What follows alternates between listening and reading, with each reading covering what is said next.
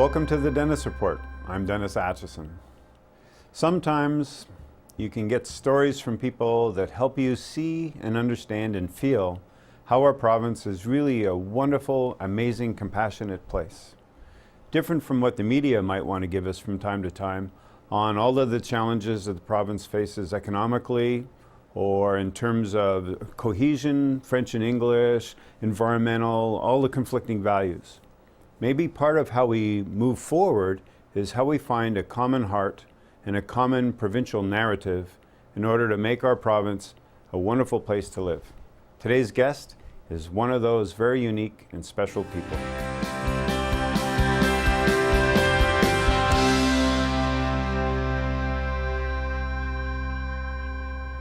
Welcome to the interview part of the show. We're extremely pleased today to have His Honor Lieutenant Governor Graydon Nicholas with us today. Welcome.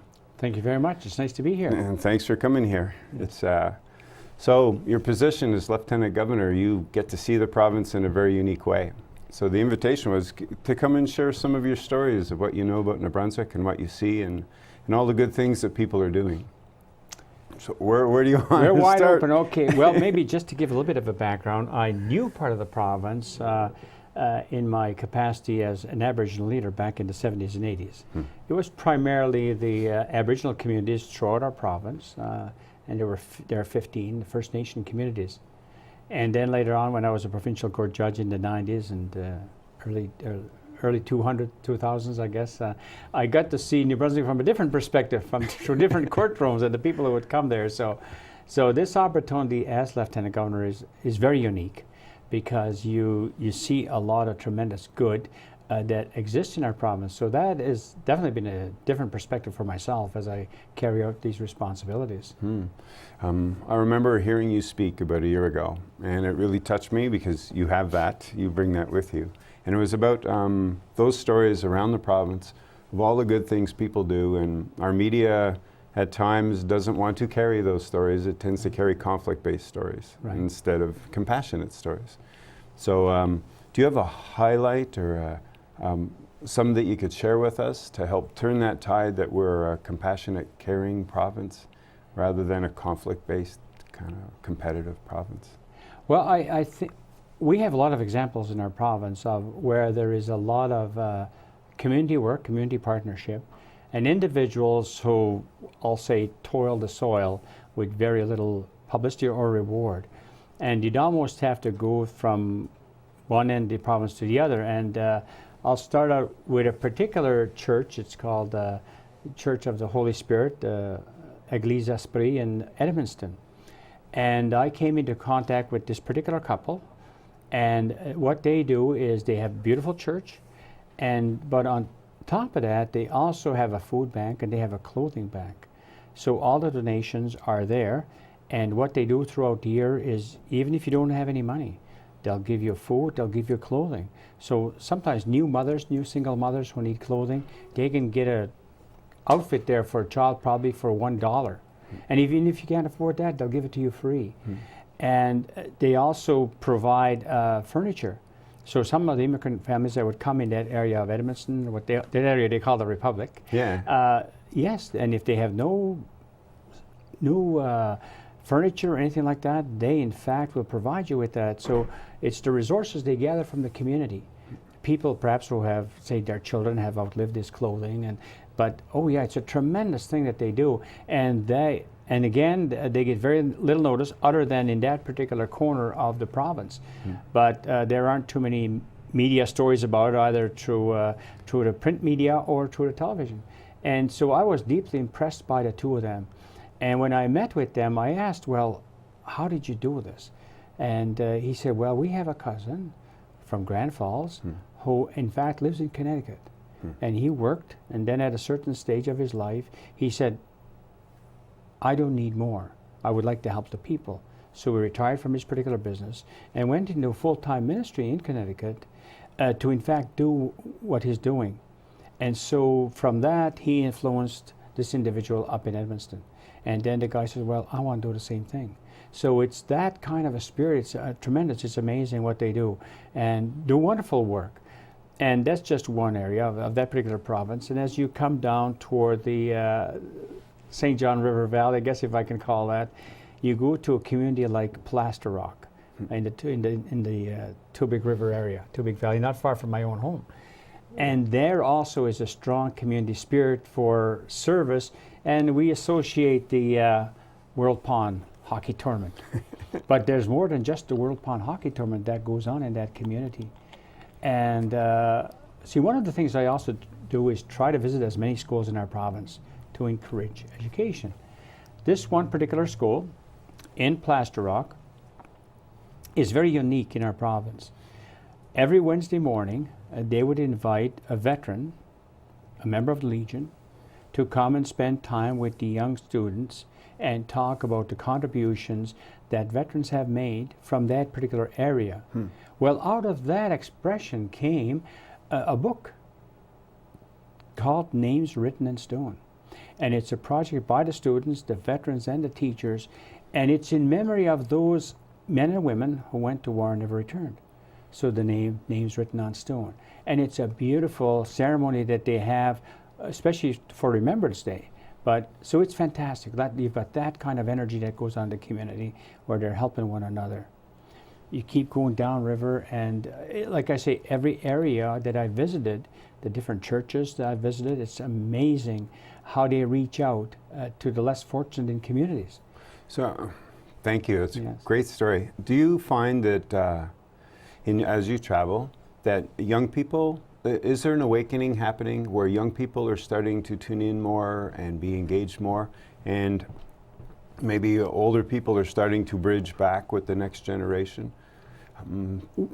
Because it's sort of not divided, didn't stay divided or segregated, but we've gone through a 50-year window where things have been busy, I'll put it that way. And it seems like we're almost ready for a pause and reconnect the pieces again, where humans start to reconnect again through multi-generational and multicultural. Well, the examples of those are, of course, the guides and the scouting movements. Right. That's number one. You have a lot of people in our province. And each fall there is an event to recognize the guides and the scouts in Fredericton in recognition of what they've been able to achieve, the particular level that they're achieved. On top of that, you also have the Order of St. John. Now, the Order of St. John is unique. It's sort of like, we know that as St. John Ambulance. But on top of that, however, they do a lot of community service. And you should see the young people who get these certificates each spring in recognition of so far doing 200, 400, or 1,000 hours of community service. And it's all free. And it's over and above the school. And so I always, when I go to these ceremonies and I see what these young people are doing, and you're dealing with young boys and girls who are probably in grade 8 right to high school. And so this community spirit is there. And I always tell them, you know, when I was a provincial court judge, and I would have a young offender in my court, and I say, you've got to do 30 hours of community service as part of the restitution of the community rehabilitation. Do I have to do 30? Could I have to do 20, 25? And then, of course, they can be sanctioned if they don't do it. And I say the spirit of these young people in helping the community, because the volunteer initiatives are amazing. They're all over our province. And I say you do it with love, you do it with care, you do it with great compassion. So that is part of the thing.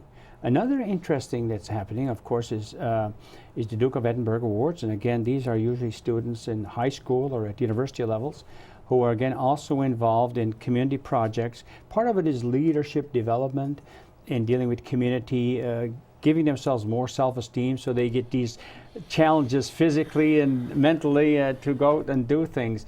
And that's interesting too, what happens. And there are a lot of adults who are involved in mentoring these young men and women. And then you also have others, of course, who are there are a couple nursing homes in our province which are unique. Part of them partner with the local high schools. These students who are in grade 9 to grade 12, part of their program, if they go to a high school large enough, they're offered courses in audiovisual. And so what they'll do is partner with some of these homes, go in there and record the living history of a particular resident. With what's your favorite music? What are your favorite thoughts? And all these beautiful pictures. And then at a certain time of the year, they debut these DVDs that are developed. And the gap between, say, somebody who was 15 or 16 and a senior resident who's 90, maybe over 100, that automatically then closes. And it's a fantastic chemistry that develops. So this is happening, and and you get excited. And I remember one in particular where I was invited to Fredericton, and they're all wheeled in, these particular, about maybe 5 or 6 people that they had portrayed. And the families are invited. So when the families of the residents see on the screen their mother or their father being displayed and recall the history, recall the old pictures, it's fantastic. And I remember one friend of mine, he said, I'm so glad they did that, because about a month after Dad died. But they have a reminder of a DVD of the voice, of the face, of the mannerisms, and what they liked. So that is fantastic. And I mean, it's good for the young people, and it's good for the particular institutions that are there. Fascinating stuff. Yes. And it really integrates a fair amount of healing at the same time, too. Yes. Well, it bridges the gap. Yeah, because our province in many ways has lots of significant challenges in front of us, and we're not going to get through them unless we stay all connected with each other. Well, but the other part that, for me, for myself, one of my hopes and dreams in this particular position, because it's a position of great privilege, is when I go into senior homes, the nursing homes, a lot of them, the residents, are isolated, unfortunately. So it's always then a challenge for a member of the family to come visit them, because it may be a distance you have to travel. It's not necessarily locale where the individual is from. Yep. But I've also seen some students go into those homes and sort of like adopt a grandparent or grandfather, grandmother, and it helps them to again make that gap. And because I know it's a great sacrifice for that, but I try to tell them, well, if you think of these seniors as elders in our traditional concept of as Aboriginal people, yes. In our culture, an elder has the highest respect, because they have lived the times, they have survived the difficult moments, and they still have the dignity and respect of life that is so well deserving. And they still have a purpose to serve. Yes. So if at that stage of their life, they're able to teach someone young and say, look, these are things that can still happen.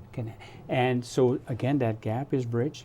But I said, unfortunately, in ordinary society, we say, okay, let's warehouse the seniors here and just wait for them to die.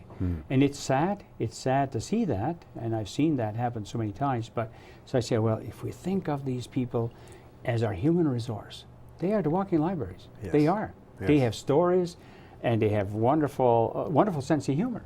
So again, it's how do we recapture that spirit, you see, so that we realize life in all its stages is precious. Yes. Yeah. And it completes the connection. Side story to help give you a pause. No, this is right. great. Thank you. Yes. We hosted a movie once called The Age of Stupid. It was about an apocalyptic universe. Water levels have risen. It's the year 2050. We made it a free movie, and about 300 people showed up. I facilitated a small discussion group afterward. Everybody stayed in the movie theater, and so in the front were students, university-age students. In the back were retirees and seniors.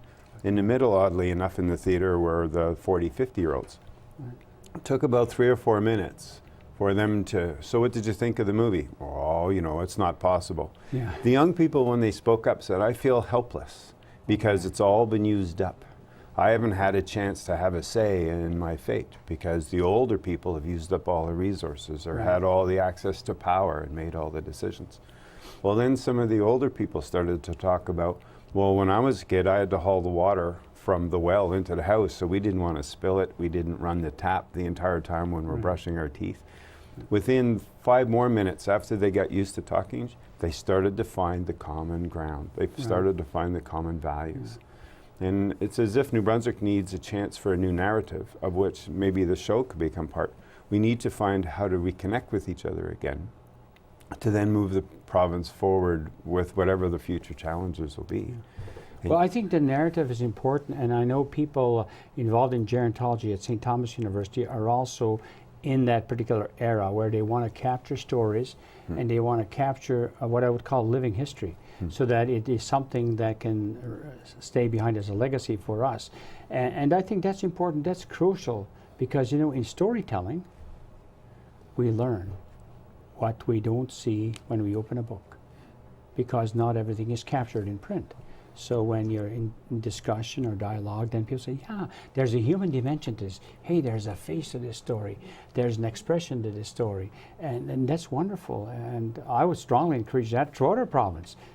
Yeah. It's as if we need to not necessarily remember all the old myths, but we need to integrate myth and storytelling into the current culture, away from the digital thumbs going like that, to because there's story buried in there too. When I watch my sons, they're very much involved with story in some of the games that they play. Right.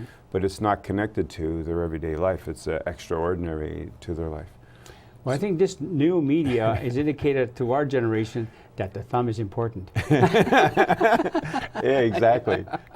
But it'll be interesting to watch it if the role of the elder and storytelling integrates its way back into our society, because we need to find our way again. Yes. And I think the other thing I've experienced a lot is listening. I mean, I'm involved with a number of prayer groups in my own private life. And when you journey with people in the spirit, in terms of sharing faith, sharing the ups and downs, the challenges and all that, when you're listening, you're at a moment of tremendous intimacy, because somebody is revealing, somebody is unveiling, somebody is opening themselves up to a particular challenge. So then, as a compassionate listener, then you say, well, gee, I wonder how I can reach out to this individual. You know, how can I bring a smile to their face rather than a face of sadness or whatever, or grief. And so it's important then that that particular aspect also be fostered and encouraged. And so I would love to see that our whole province at some stage involved in a contemplation or meditation, even if it's only 5 minutes a day. You know, that moment of silence. Our body gets adjusted, our mind gets adjusted, our spirit gets adjusted. And I always use this experience of children. You know, when I first held my grandson for the first time, you know, once I got the chance to get him from my wife, and I was looking at the baby. The baby was content. You're making sure that you don't upset them or anything. But that child was totally dependent on loving parents. And the focus of that child is love and care, you know, nourishment, all the basic necessities that we read about and take for granted. But I said, now there's this baby resting peacefully and gently and safely in my arms. And I held that baby 10 minutes. Well, when you do that, what it does to you emotionally, spiritually, and physically is incredible. Yes. There's tremendous peace. Yes. And whenever I speak to adults, I say, if we can experience that from one child, for one person, maybe when we begin our day, this is how we should do it. Pretend we're holding on to a child. Yes. A child maybe who doesn't even have loving parents for whatever the circumstances are, or because of poverty. There are a number of other issues. Yes. But just that moment, it would be wonderful for us. So then we say, okay, we're going out into our work or our world, a better frame of mind. And bring that with you. Bring it with you, yeah, you know. And I said, wow. Yeah. And just maybe there wouldn't be as much poverty in the world. Maybe there wouldn't be as much people without homes, without shelter, without food. And so many other things that come into that particular moment. Yes. Of that intimate connection with a child. Yes. I can relate. I'm a stay-at-home dad who raised his twin boys when they were born. Right. So 2 of them. Yeah. Okay. And that same, and it was calm most of the time, Yeah. but there were other moments. Yeah, when they It's need to be pretty full. changed and when they need to be fed, right? Yeah. And they don't want to quite go to bed when you're ready to put them to bed. so- Yeah, but which was wonderful though. It was a blessing to have the opportunity to stay home and raise my boys, and now Yes. they're 22. Oh, so wow, that's good. that we're still here. Well, they'll take care of you in the future. Yes, but you speak very profoundly to that element of connection and that human vibration or that human energy with that. And then to bring it forward, that's such a critical step that sometimes gets lost. Right. Imagine building an economy based on that feeling as opposed to the competitive model and someone needs to win. If someone wins, that means someone else loses. And in an economy, you can't have everybody lose, No. as an example. Or building a community and that sense of who we are. Can we slide a little bit, if it fits? There's a role for men to play that seems to have been lost or forgotten. Yes. Can you speak to that? Because that would tie to that moment you had holding your grandson and your own journey. Well, I think as each child is conceived and each baby grows in the womb of what I call sacred space, and when that baby is born, like our elders will tell us, when a child is born, that means that the Creator is signaling their love for us, for humanity again, by bringing a new baby into the world, which then becomes then a community effort, not just that particular family or the extended family, but the role of both the men and the women are important in terms of that child being accepted into the community, into the family, and realizing, well, what in the future, what are going to be my responsibilities? You see, so often we focus on rights, and rights are beautiful, believe me, I believe in rights. But on the other hand is also the responsibility. Yes. How do we become responsible for each other? Be it as male, as female, or as a couple or individuals, or whatever the circumstances is. Because that's important. The identity of gender is crucial, I think, for whatever the situation is, because there's roles to be played. Yes. And that's not in any way to say the female can't assume a particular role that a male does, nor vice versa. Because I think when we nurture a person, we nurture a child or a person in different ways because of not only our own DNA, Yes. but also because of our own values. And I think a child who's exposed and sees and witnesses that, I think, is a child that's going to say, wow, then I can in fact exist in this society as an individual, no matter what my gender is. And a balance of the energies between the male and exactly, the female. yeah. Very important. So that might tie to your role as a judge once upon a time in the restorative justice Yes, model, right. and the ratio of young men who end up in that system as Yeah. opposed to young women who end up in the system, and how to pull them back into so they feel they were held, even though at 18, 19, or 20 they might have hit a bump in the road and need to feel that embrace that they felt the first 10 minutes or those first moments, and then so then when they're 40 and 50, they're ready to play that role more of an elder in society. Yeah. Well, I think those are very complex challenges in our traditional court system, because our traditional court system is based on adversarial process. Yes. In other words, the state will determine what is the best solution to a wrong that is done. And what's important is, perhaps that is an aspect of justice, because there's always this challenge, what is justice? But the other part is, what is the role of the community? And I think this is where you bring into restorative justice. If an individual has done wrong, under our current system, they have to be found guilty because they're innocent until they're proven guilty beyond reasonable doubt. So there's the assumption of innocence.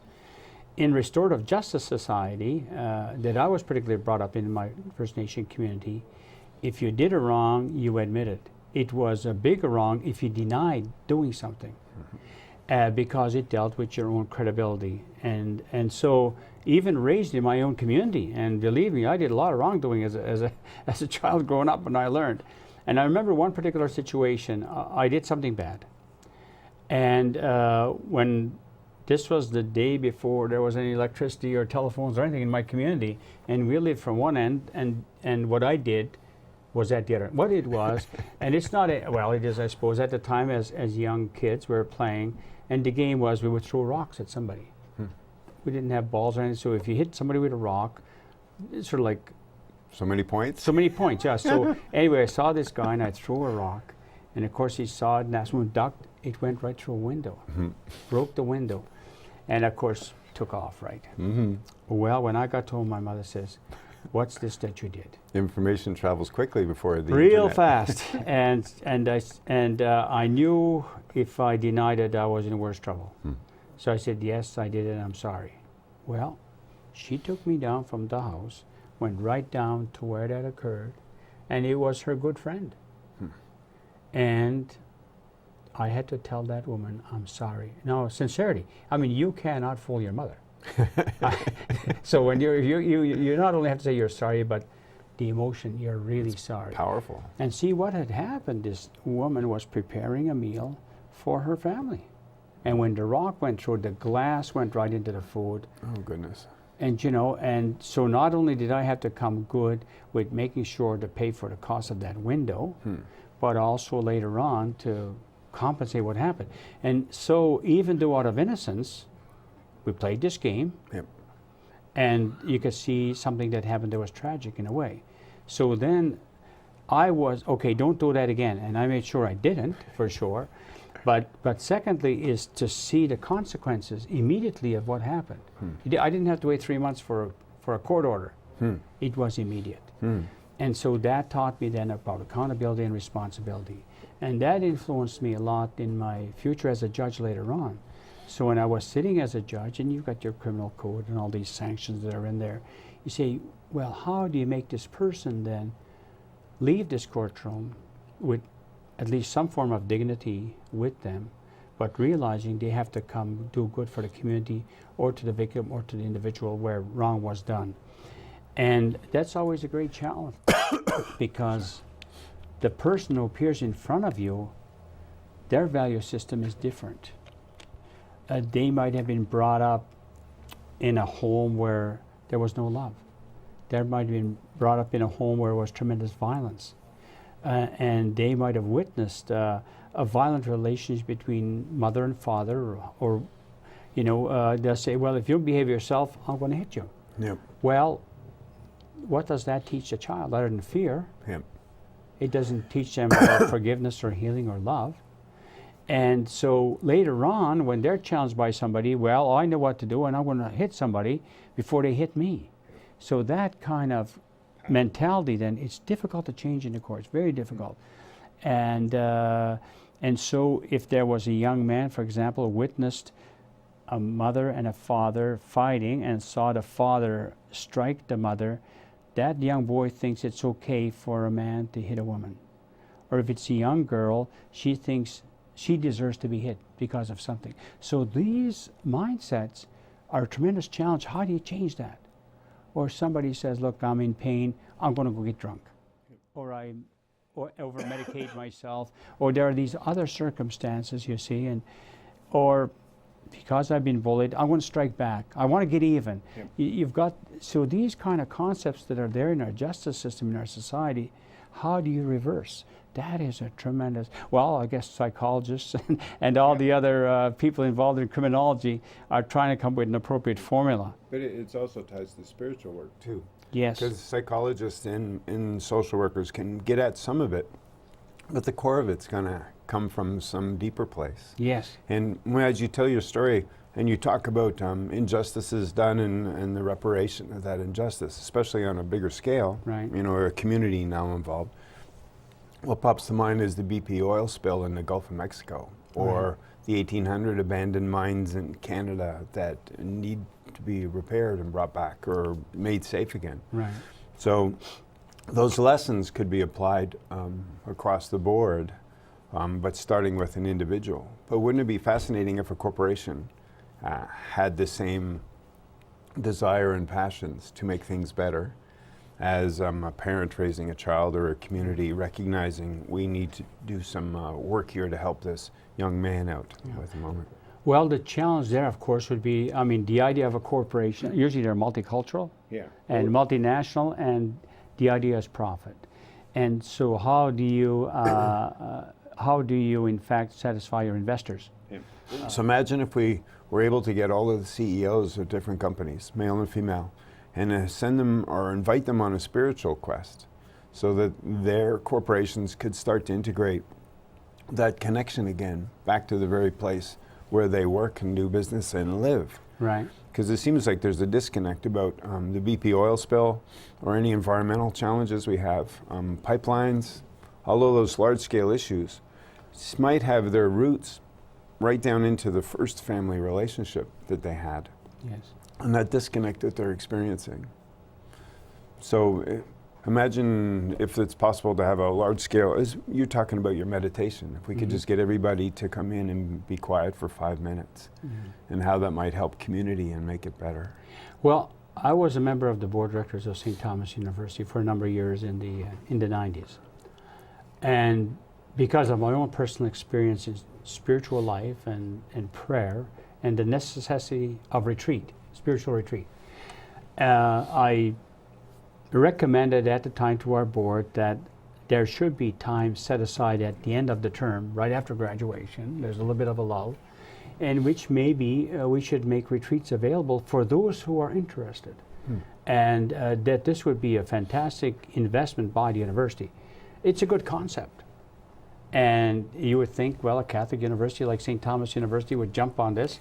But still, you know, and beyond universities, corporate settings, if a moment, like we deal with seminars to train executives, to train staff, to get to know one another, and how do we fulfill the mission and the mandate of a particular corporation or any organization. Well, what if we expanded that to those that want to, because you can't impose a spirituality. Yes. They have to experience that. And if they can experience some silence, even if it's 2 or 3 days, it's hard to be silent, because I've done silent retreats where you just meet your spiritual director for maybe 20 minutes a day, and then you return to prayer in silence, and then take particular issues or concerns that you would have, or perhaps your spiritual director has insight and says, okay, focus on this. But I've seen tremendous benefit in that. And it wouldn't matter what your denomination is, what your faith expression is throughout the world. Set aside 2 days of a whole year, 3 days, if it would be better. Have someone help you then too, because you see, in our business, we're not used to silence. If you and I sat here in silence for 5 minutes, just looked at each other, what would the viewing audience say? Hey, what's going on? So, turn that sound up. You know what? Something's missing here. Fill in, because we're not used to silence. But it's in that silence then really that we get in touch with our inner being. And then just imagine on a weekend what that would do to you. And when you're getting away from the noise, all these daily challenges and trying to get challenges to get things done.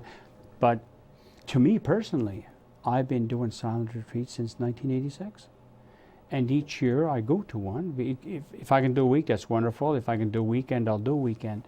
But again, it's just a personal choice, because I've seen tremendous help for myself as an individual in that silence. Because my body needs it. My mind needs it. My spirit needs it. And so when I come back and enter the world again on a Sunday afternoon before I watch a football game or something, because I have found that there is, I remember when I was on a retreat, 30-day retreat one time in Halifax, and at the end of the retreat, this was 1990, just as the Yucca crisis was happening, and I remember coming back and an elder saying, Graydon, what do you think? Do you think we should gather in prayer? I said, well, prayer doesn't hurt. Prayer does not hurt. Because you don't have to be on your knees to pray. No. Whatever way you're comfortable with, that's prayer. And so I remember that particular summer in 1990, we started to gather in prayer.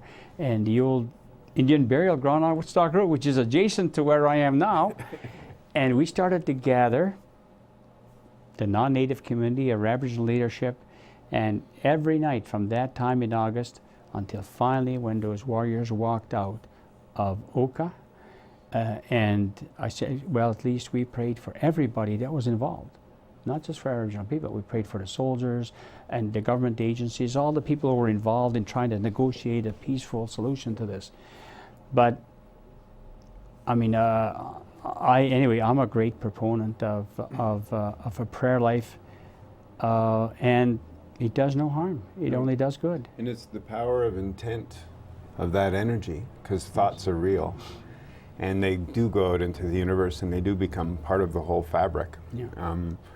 In some places, there are some claims by science to begin to be able to measure that. So, for instance, as an anecdote, would be 10,000 people descended on Washington, D.C. in the late 90s, I think it was. I could have my date wrong, with the intent to meditate and pray. Right. Washington, D.C. at the time had the highest crime rate in the United States. Right. And that particular day, when everyone gathered and found a place and were silent, the crime rate dropped 20 to 25%. And of course, those who measure empirically couldn't figure out why that happened. But those who believe in the power of intent and the power of love knew exactly why it happened. And then we're left on our own devices to decide what to believe or not believe. Yeah, how could we explain this phenomenon, right? That's right. Yeah. But once you feel it, you know that has a real impact and a real consequence and a wonderful feeling, actually. It's a wonderful feeling, you know. The other part is I visit a lot of churches of different denominations in our province, Sundays, or whenever they would invite me to their particular worship service. And again, we have different faith expressions in our province. And it's not a matter of my God is better than your God, or we worship better than you worship. It's a matter of the fact that people are coming together. And one thing I've noticed, we go back to this theme of young people, some of these young people then are supported strongly in some of their missionary work, not only in the community, but outside of New Brunswick, outside of Canada, where they want to go and experience, for example, Haiti or other countries that are poor in Africa or down in South and Central America, or even in the Far East, where they are experiencing then, gosh, you know, there's poverty out there. You know, there's powerlessness out there. There is all this thing that's happening, and then they're returning to their faith communities and sharing with their faith community, first of all, the opportunity to be there, and how can they continue to reach out. And that is happening in our province. Now, a lot of people wouldn't necessarily know it. I see it, I witness it, and I experience it, and I say, wow, that's beautiful. So on that theme, we covered part of the northwest part of the province. Do you have some other stories from around the province of? Well, these different experiences I have of young people are throughout our province, like the ones for the guides and scouts. They come from all over our province, and they're recognized for the work that they do, and the heroic work that they do. Some of these training. I remember one particular story. There's always a story that stands out in an effort. This young person, they were out on a drive in the wintertime, she and her mother, and they slid off the side of the road. So, caught in a bunch of snow, and who would ever find them? And so from her training in the guides and scouting movement, she realized if I can signal, and there was the device of the cell phone didn't work. So she was able to get a mirror from her compact and start to signal with the sun, a reflection that somebody saw, where is this thing coming from? And then, because she didn't panic, then actually crews came to rescue that individual. And that was training she did. And then another one, there was this young man in the Fredericton area last year. He'd been trained in a particular high school how to use the hammock to help somebody. And training that was reached out by a particular foundation in Fredericton. Let's teach the young people from grade 9 to grade 12. Focus on a year so that over a period of time all the students will be trained. Well, this young man had dinner with his mother and father, and didn't his dad start? In fact, there was an obstruction in his throat. So the young boy went bang and saved his father. You see, something like so simple as that, and the father was so profoundly affected by this. Well, this young boy was rewarded for a beautiful service, and so we have that, and but there are also people who are reaching out. Like when you deal with like the Red Cross, the volunteers that they would have, and all these major organizations like foundations. Yep. We have St. Andrews has a beautiful foundation. Fredericton and St. John have foundations, and so does Moncton and the major areas where they look out for the needs in their community. And they'll have a fundraising dinner. And there was a great one here in St. Andrews we had.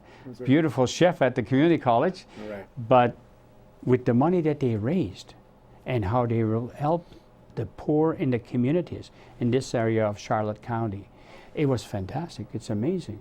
And so you see that and then say, wow, and again, maybe in this particular area, it's known. Probably up in Miramichi, they wouldn't necessarily know what's going on here. The same thing would happen, say, around Campbellton, may not necessarily be known here. But you've got communities. And there is one particular family, too, that I almost have to highlight in a way. It's they're a family, there were brothers, a community called Saint-Léolin. It's near Caracat. And their particular church was having difficulty raising money.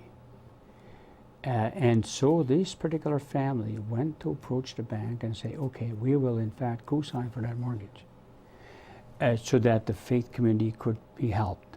And what they do is they have a particular breakfast, say like once a month, in which the community is invited. Whatever money is raised is then paid toward the mortgage fund, which is, again, how many people would know about that? Or even in that area, how many people would know about that? But it's amazing the spirit of how people will put their own personal property at risk to help somebody. The people involved in literacy in our province, like Born to Read program. Well, not far from here is where another individual helped to spark that movement, where the children who are born are given a book, and the idea is to read this book to this child, so as the child grows, the literacy level will help, plus it connects the parent to the child, because you're reading. But we also have so many individuals in our province which help those, I don't like the word illiterate, but that's what, in other words, you have to teach people, you have to teach people how to read, how to write, and even how to count money. Because a lot of them, they might walk into, say, for instance, like a Tim Hortons, say, okay, how much is that? That's $4.50. Give you a 20. Well, they might only give you $2. I'm not saying Tim Hortons would do that, but somebody could say, okay, shortchange you. Yep, and they don't even know because they're too embarrassed. Numeracy. A nice side story. The Fredericton Food Bank has made a major change with Elizabeth Crawford Thurber. And they've got the old Green Village location, now called Greener Village. Right. And we had the fortune of a tour through there about 2 weeks ago. Yes. To learn not only the amount of engineering volunteer time they've been contributed to managing the stock. Right. So now it's like any big box store in a way with here's how you stock the shelves, here's how you pack the boxes. Yeah. But they found that people who came through, in some instances, weren't aware of food. It's like food literacy. Yes. They didn't know how to cook what they had been given. Right. They weren't even too sure where a tomato came from off the plant. Right. So they've got a greenhouse component where they're helping people grow their own food, as well as a cooking component to help people learn how to cook it, because there was a literacy element there that had just somehow gone missing or fell through the cracks. Well, with a greenhouse, you can grow all year round.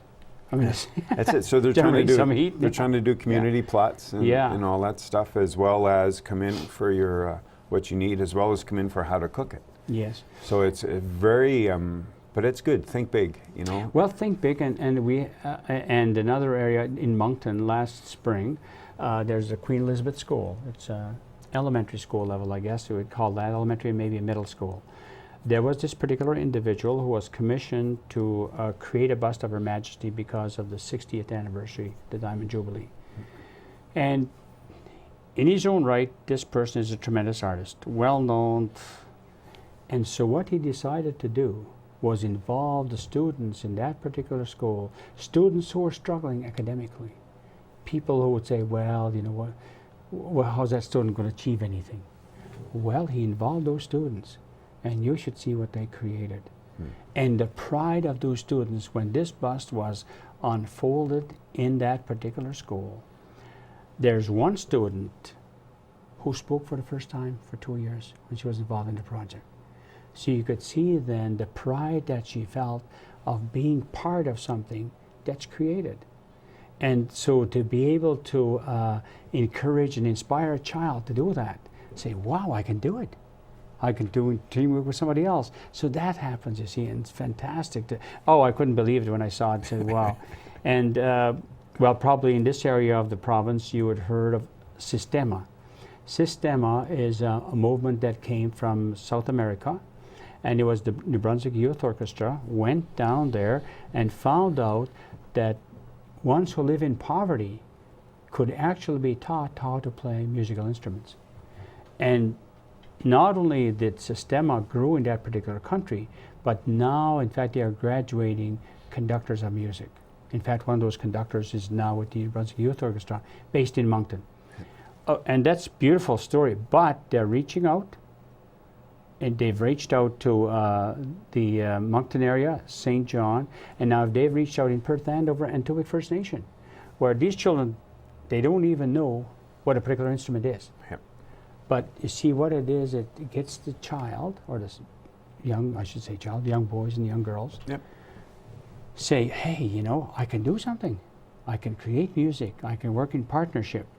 And they have to be students who do this after school. So they have to make sure that, you know, they still get their homework done, but also with this other effort as well. And over a period of time, it's tremendous music that they produce.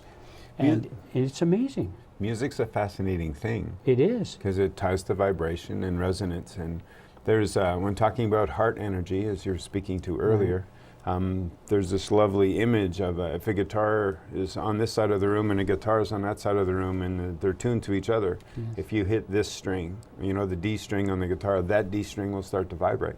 I didn't know that. Because it's physics stuff, you know? Oh, okay. So resonance, so the vibration travels through the room and will resonate with the one tuned to the same frequency. Is that right? Wow. So with drum, Yeah. or with any kind of music, humans can find a connection that they sometimes can't find when cultural backgrounds or economic opportunity doesn't kind of find them. So fascinating you bring up a story about children and music and the Sistema program, and there's huge potential for that to help integrate the communities again.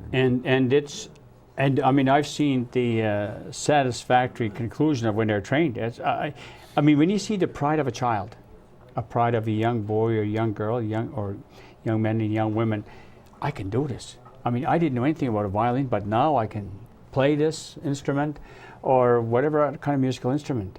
And anyway, it's great. It's fantastic. And I keep talking about our province, all these beautiful things I'm seeing. And I always say, it's too bad whenever I'm invited, I don't have one of those little things. Did you ever wish that? You've got the camera on your shoulder or in your ball cap. You know, heaven forbid you wear a ball cap, but well, you know. They have that, not that technology, but or in your glasses. So when I go speak to a group, if that could be connected to some kind of a media unit, they'd say, gee, there's good things happening in our province. The same way you tell the story of the students going into the seniors' home to do their legacy pieces, you would have a phenomenal story to share with the province using that medium of travels with the Lieutenant Governor. Oh, it would be. And I remember sometimes in the winter time is a good time for storytelling. And I relate to my First Nations experience, you know, when there was no radio, there was no TV, all you had was kerosene and candles for light. And you'd have to entertain yourself. And I came from a large family. So you'd have to create your own entertainment. So it's storytelling. Or you have to do foolish things to, you know, but anyway, it seems foolish now, but what would happen is, we used to have this program called Mosum Sia Ksub, and it just means, like, you know, if you had a bowl, somebody making a bowl of soup, well, you would take a personal property you had and put it in there. And we didn't have much, but whatever you had was important to you. Yes. In order to get that back, let's just say you were my older brother, and then you picked out a thing out of 10 items. You say, okay, you know it's mine. You say, okay, here's what you have to do. You have to either sing a song or something, and to get it back. Yes. So in your family, there's a little bit of security in this, you know. But when you do that as a community, but you had to entertain yourselves. And so in the evening when we'd all go to bed, and storytelling, I mean, there were no lights, and then you'd have to take turns telling stories. Well, eventually you'd fall asleep if you're young. They keep, I don't know how long they went, but anyway, so this kind of connectedness in family, and as I said, I come from a large family, helped a lot. But in terms of the community as a whole, then, this was before television, before radio, well, we never had electricity for a long time. Yep. So New Brunswick often prides itself in its 1 degree of separation. So whenever you travel this province, no matter what your business is, you'll always run into someone who goes, oh, you know so-and-so? Exactly. You know, and within 30 seconds, guaranteed you found a connection. Yeah, that's right. So that might be one of the pathways to help us have a breakthrough when we struggle with raising a minimum wage, or dealing with the English-French issue in New Brunswick that continues to hum just underneath the surface in most political arenas. Communities learning how to integrate all the levels of a community instead of treating poverty as a project rather than a systemic problem. So we all need to have a bigger heart and find a path for how that connects. And I just want to perhaps relate another thing. It's called Mindscapes. Now, Mindscapes is artistic creation by those who are recovering from a mental illness. And the creative energy that they have. I remember the first one I went to was in Edmundston in 2009. And what happens when I go to an event, there's a text that's prepared for me, and this is the text you would give to a group. And so when I went around and I saw the creation of what was done, and I just could not use the text. I mean, the text was good, but you see, I said, well, I can relate to a mental illness because my younger brother died in Restigouche. And I said, he's younger, he was smart, but there was a chemical imbalance in his particular system which caused difficulties, and such that he ended up there. And my mother said, we have to go visit him. It was a given, you had to go.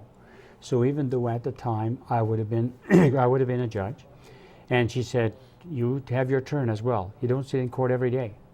And so when you have a free afternoon, and I was sitting in Woodstock, so if there was a free afternoon, I would go to my community in Tubig, pick up one of my brothers, and then we would drive to Campbellton to visit my brother. Like it was our turn that particular time, and there would be someone visiting him almost every second week, just to go there. And when we would go visit him, and first of all, the other members of that community would come, because you see, there's a little bit of a stigma if you have somebody from your family who's in an institution like in Restigouche. Mm-hmm. So the very infrequent visitors come there. And so when we would go there and we'd talk to our brother, his friends would come around. Hey, do you mind? Hey, all this. So no, we don't mind. Just come, And and at a certain stage, I asked my brother. I said, look, you don't have to live here all the time. There is what they call a patient advocate. He can find you a setting at another place, not as large as Restigouche, but closer to our community in Tubig. Would you be interested? Well, let me think about it. And then finally, after I said, yeah, okay, look into it. So I did. I contacted the individual, and then an opportunity did come where he could go in another smaller setting, closer to the Tubig First Nation. So I went up and I gave him the good news. Hey, guess what, Al? You're going to be coming in there. He says, oh, I don't know. He says, geez, I don't want to leave. I said, well, why? He said, this is my family now. My friends are here. He says, nobody comes to see them a lot of times. But he says, when I'm here and you people come, well, they like that and they look forward to.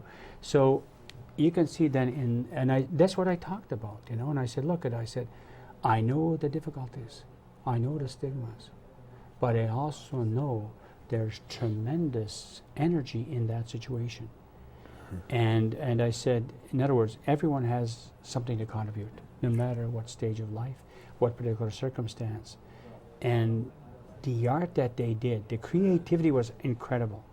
So each year they've opened these, and there'll be one coming up in Dieppe within the next probably 2 or 3 weeks. I'll be going there. And just to acknowledge and give support to those people who teach these people how to use that creative energy to a beautiful scene. And so that's happening. A lot of these people just volunteer. They're artists, they're established. Yeah. How do we help? And they're not recognized. But that is happening, you see. And for the families, Powerful. oh wow, you talk about inspiration. Yeah. It just, it's very humbling. And so, anyway, that's just another example in our province. So great. much. Great. Believe it or not, we're almost out of time. Okay. Yeah. It does go quickly. Yes. Final thoughts, message for the people of the province, thoughts that surfaced. Did you come with something that you wanted to make sure you said, or?